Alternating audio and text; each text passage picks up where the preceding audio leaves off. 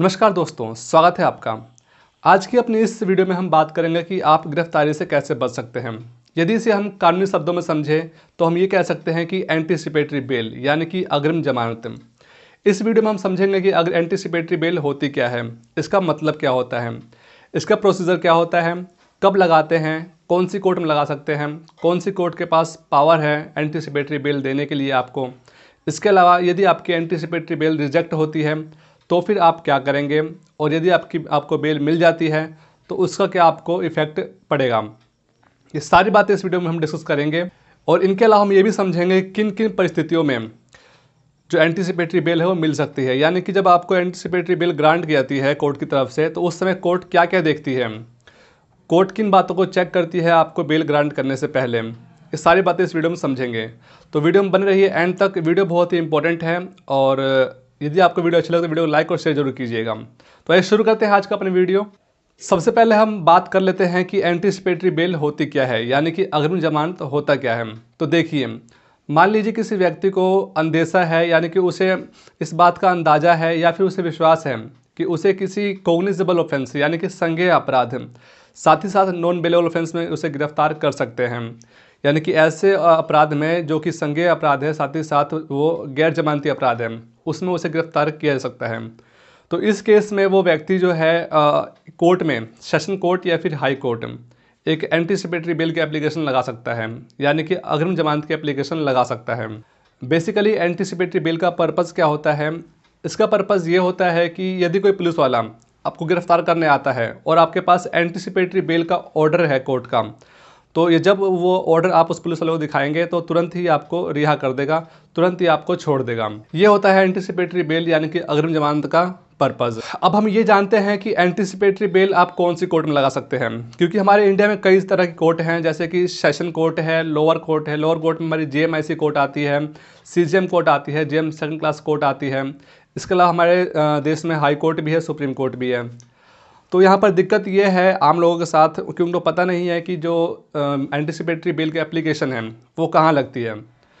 तो जो anticipatory bill की एप्लीकेशन है वो लगती है सेशन कोर्ट में या फिर हाई कोर्ट में, यानी कि आपके ज़िला के सत्र न्यायालय या फिर उच्च न्यायालय में, जो आपके राज्य का उच्च न्यायालय है वहाँ पर। इन दोनों में से किसी भी आप जगह जो है एंटीसिपेटरी बिल की एप्लीकेशन लगा सकते हैं। और ये जो एप्लीकेशन लगती है वो सीआरपीसी यानी कि दंड प्रक्रिया संहिता की धारा 438 के अंदर लगती है। एंटीसिपेटरी बेल की एप्लीकेशन कभी भी निचली अदालत में नहीं लगती है। निचली अदालत यानी कि लोअर कोर्ट में, जैसे कि जेएमआईसी कोर्ट या फिर जेएम सेकंड क्लास कोर्ट या फिर सीजीएम कोर्ट, इन कोर्ट में जो है एंटीसिपेटरी बेल की एप्लीकेशन कभी नहीं लग सकती। अब हम ये जान लेते हैं कि जब आप कोर्ट में, सेशन कोर्ट में या फिर हाई कोर्ट में अपनी एंटीसिपेटरी बेल एप्लीकेशन लगाते हैं तो उस समय जज साहब यानी कि जो कोर्ट है वो क्या देखती है, यानी कि किन आधार पर, किन चीज़ों के आधार पर जो है कोर्ट आपको एंटीसिपेटरी बेल यानी कि अग्रिम जमानत दे सकती है। तो नंबर 1 है nature and gravity of accusation, यानी कि जो आरोप आपके ऊपर लगे हुए हैं, जिन आरोपों की वजह से आपको गिरफ्तार करने की आपको आशंका है, उसका नेचर देखेंगे, उसकी प्रकृति देखेंगे कि किस तरह का ऑफेंस है, किस तरह का अपराध है, और उसकी ग्रेविटी देखेंगे कि उसमें कितने साल की सज़ा आपको मिल सकती है।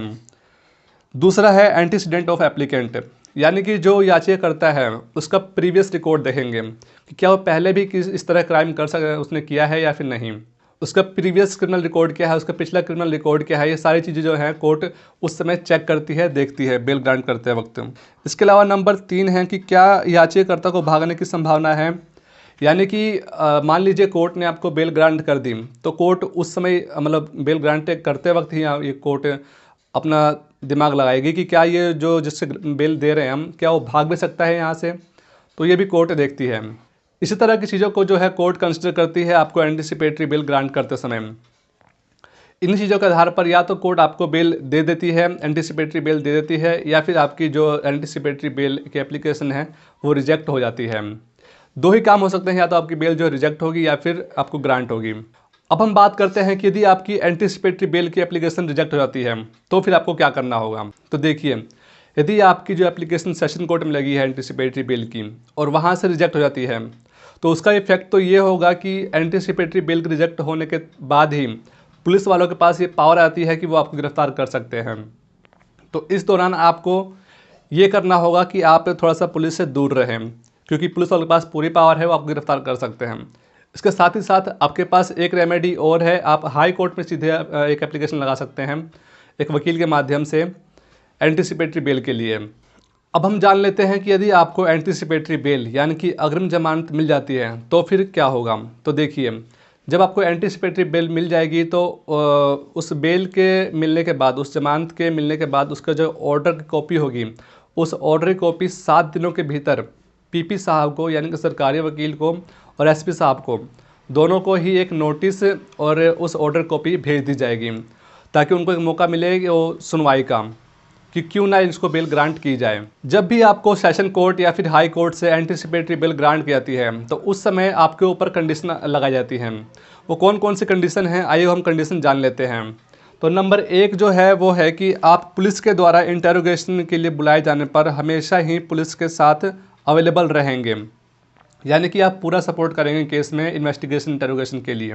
नंबर 2 क्या है कि दूसरा कि आप किसी भी ऐसे व्यक्ति को डराएंगे, धमकाएंगे नहीं या लालच नहीं देंगे जो उस केस के फैक्ट के बारे में जानता हो और वो कोर्ट में या पुलिस को ये बता सके। नंबर 3 क्या है, तीसरा कि आप बिना कोर्ट की परमिशन के भारत को नहीं छोड़ेंगे, यानी कि आप बिना कोर्ट की परमिशन के भारत छोड़ के कहीं नहीं जाएंगे। उसके अलावा और भी कई तरह कंडीशन जो है कोर्ट आपके ऊपर लगा सकती है, कोर्ट के पास पूरी पावर है।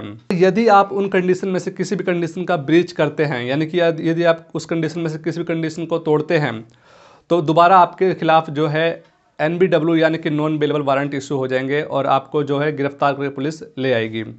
तो इस बात का ध्यान रखें कि आप कंडीशन को पूरा प्रॉपर तरीके से फॉलो करें, पुलिस को सपोर्ट करें इन्वेस्टिगेशन में। इस तरह से आप जो है अपनी गिरफ्तारी से बच भी सकते हैं और आपका केस भी जो है चलता रहेगा। तो दोस्तों, ये थी एक छोटी सी जानकारी एंटीसिपेटरी बेल के रिगार्डिंग, और मुझे लगता है कि इससे बाहर आपको कुछ भी जानने की ज़रूरत नहीं है एंटीसिपेटरी बेल के बारे में। और यदि आपको कोई क्वेश्चन, आपको कोई सवाल है तो आप नीचे कमेंट जरूर कीजिएगा मुझे, और आप मुझसे पूछ सकते हैं, मैं आपके सभी सवालों का जवाब दूंगा। वीडियो अच्छी लगे तो वीडियो को शेयर करें, वीडियो को लाइक करें, और यदि आप नए हैं तो चैनल को सब्सक्राइब जरूर करें। फिर मिलेंगे एक और ऐसी ही वीडियो में, तब तक धन्यवाद, नमस्कार।